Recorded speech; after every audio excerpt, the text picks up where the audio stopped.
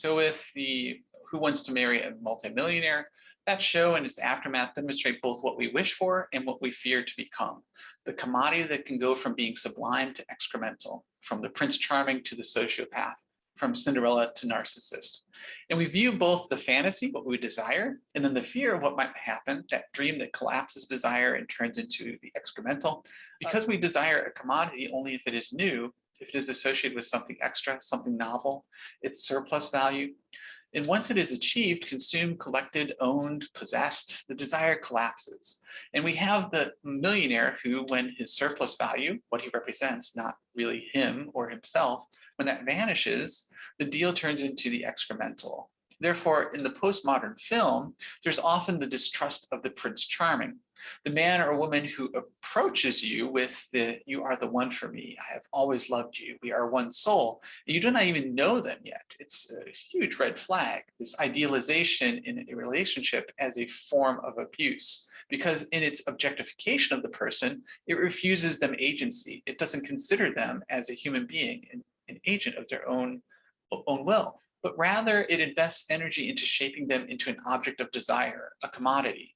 And this is why after the surplus, that little bit extra, when it's new or novel, the relationship is new or novel, it leaves the object, this person that is thought of as a commodity, to lose their shine. And they are soon devalued and eventually discarded.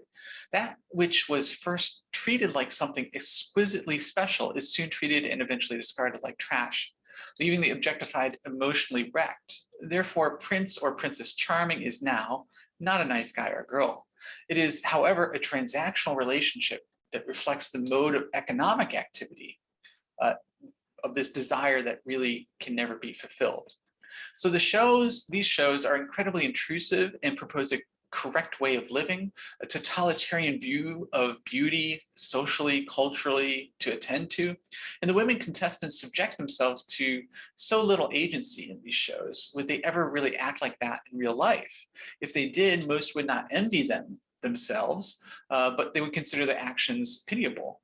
Such is the situation many women find themselves in as they compete with others for the Bachelor. So if we look at the Bachelor and really what they're selling is love as a commodity, consider the 25 supermodels who compose themselves to have no flaws, all of them incredibly given to him. They are all available, pretty, eager, and easily impressed, and they are given the Belle treatment and forced to live in a mansion with each other for weeks, unable to leave. All they have is each other. No contact with the outside world is strictly enforced. And there's nothing really to do there, so that when the man arrives, they are starved and excited that finally something might happen in their lives. And they are sequestered away from everything, really, bored and encouraged to snipe with each other. So are they in love when they meet him? Well, what are they? Perhaps they have the desire to fall in love and settle down, but that is not part of the casting criteria.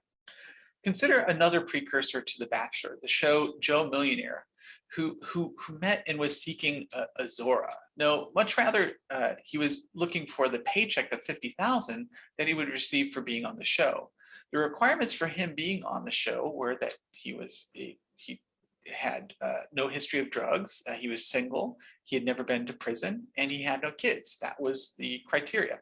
So the problems he would face would be really coming from the problems he would face were from the other women. The premise is for him to separate those women who profess to follow true love and to denounce the gold diggers. But perhaps the deeper deception of the show is that Joe himself is the one collecting the paycheck, who never intends to take any of their advances seriously. So the fairy tale is packaged in the show as a commodity for the women who identify with the women seeking his attention. The commodities become the attributes of love: the castle, the wealth, or the idea of wealth, because he is not wealthy, the competition that uses triangulation to make jealousy sort of become the driver of passion. And it provided the iconic imagery of the fairy tale. While the ring, the bridal gown, expensive nights out, they all provide a schema for what is considered to be love, for the performance of love, rather than looking at really someone's personality, their character, and their values. Instead, it's sort of this recipe of adding booze and sort of sex and then watching what they call romance unfold between these sort of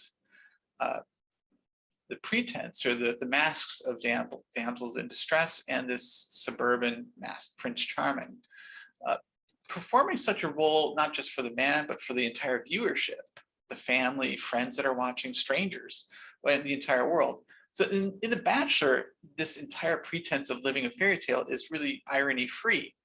And season 2 is sold really in its buildup as a fairy tale.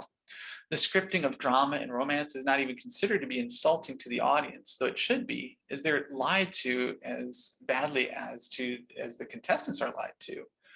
The formula is really quite tired, but it still continues to be popular, and it draws viewers as if it were sort of an emotional blood sport. There are the naive beauties who at least act naive, who want to get married, or at least act like they want to get married. And then there's the handsome man, at least we're supposed to believe that someone with the suit who gets the sort of the call to this show and who doesn't speak really that much, has something going for them. And he says that he is there to find his true love. Well, at least he pretends to. And all he needs to offer are those commodities like bridal gowns, wedding rings, writing vows, and then add some alcohol and some jealousy. So love is then sort of this competition that's accompanied by limos, good looks, jewelry, and money, not really a mental or emotional or political sort of connection with someone else. So most bachelors have nothing genuine to offer women, since a man's character is considered irrelevant on The Bachelor. Instead, they are encouraged to pull out all the stops, which primarily means that men should max out their spending limit. Meanwhile, the poor ladies are encouraged to talk in empty phrases where everything is reduced to amazing. And these images are most likely drawn from the petty princess twaddle, absorbed unquestionably by many viewers in early childhood. The image of men as providers and women as compliant subjects in need of social, sexual, and interpersonal direction. So it's really kind of going back to Disney that was cleaned up by the Grimms. In the Grimms, our protagonists actually come from poverty, loneliness, and desperation, while powerful, independent women are depicted as sort of catty, cruel, and unworthy. These shows recodify an American reality, or the simulation of reality. What don't we see in these shows? Well, quite often, until very recently, and really with a much reduced budget, we haven't seen people of color not really very well represented or going with more than a couple of weeks. Then also homosexuality is not really considered here in this show, in this context, to be true love, or that it can be romantic. It's discard. It's not it doesn't find representation. And where do the women then have their self-respect from these shows? They're supposedly real people, but would they ever agree to date someone who is dating 24 other people at the same time in real life and still have sort of a semblance of self-respect? So these shows demand the same type of attitude of self-sacrifice for some Prince Charming as we find in the fairy tales. There's usually some shallow, egotistical, lacking prince who is cavorted his way through a harem of insincere women. And that's really what we're offered, is what romance should be. So The Bachelor is perhaps one of the most depressing depictions of love that tarnishes the concept of real love, where emotion, honesty, loyalty, and trust are central. And all that the reality show offers is a pale imitation of supposed unscripted entertainment. Now, if we look at the premise of Burning Love, it's this parody of The Bachelor. The primary conceit is that they are all there for true love and for the right reasons, and really that somehow disqualifies a contestant from progressing in the competition if they really were there seeking something real. So the residual benefits of being Instagram famous on the show, or the self-deluded assumption that it's a viable platform to launch a television career, that has attracted a bevy of narcissistic and fame-hungry individuals to the franchise, and that's what this parody goes after. The shows are often cast with specific conflicting personality types so that drama is inevitable, and then this situation is lampooned in the parody of Burning Love, with the title even mocking the passion that fuels sort of the impulsive decisions while at the same time alluding to the dangers of contracting a disease if you actually did so in real life. The superficial and the self-centered behavior of most of the contestants are simply the less hidden and exaggerated affectation of the contestants on The Bachelor. So what is interesting about this parody is that it can be, in a sense, more honest than the reality show. And it is also more inclusive since it undermines the singular model type that typically is cast on The Bachelor.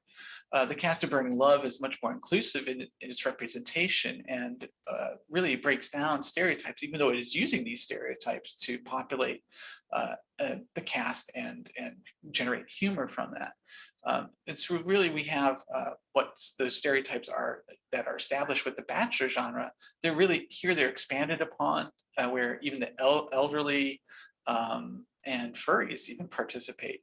So other forms of parody have been short-lived, like the prank shows that really are offshoots of The Bachelor that reveal the millionaire isn't wealthy, like with Joe Millionaire, or the person you are dating is not Prince Harry, which was a prank show that sort of straddled the line between parody and reality TV, with Who Wants to Marry Harry. And that now we'll take a look at a different genre that has become very popular in television with the next part, final part of this lecture.